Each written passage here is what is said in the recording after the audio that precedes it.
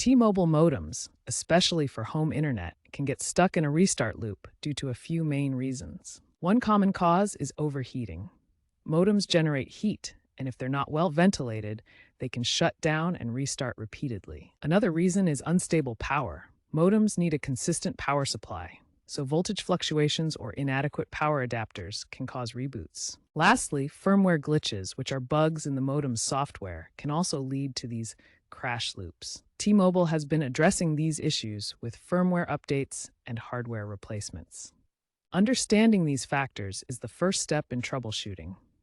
Keep an eye on the modem's environment and power source to prevent these issues. To fix a T-Mobile modem that keeps restarting, start with basic troubleshooting. First, ensure the modem has adequate ventilation.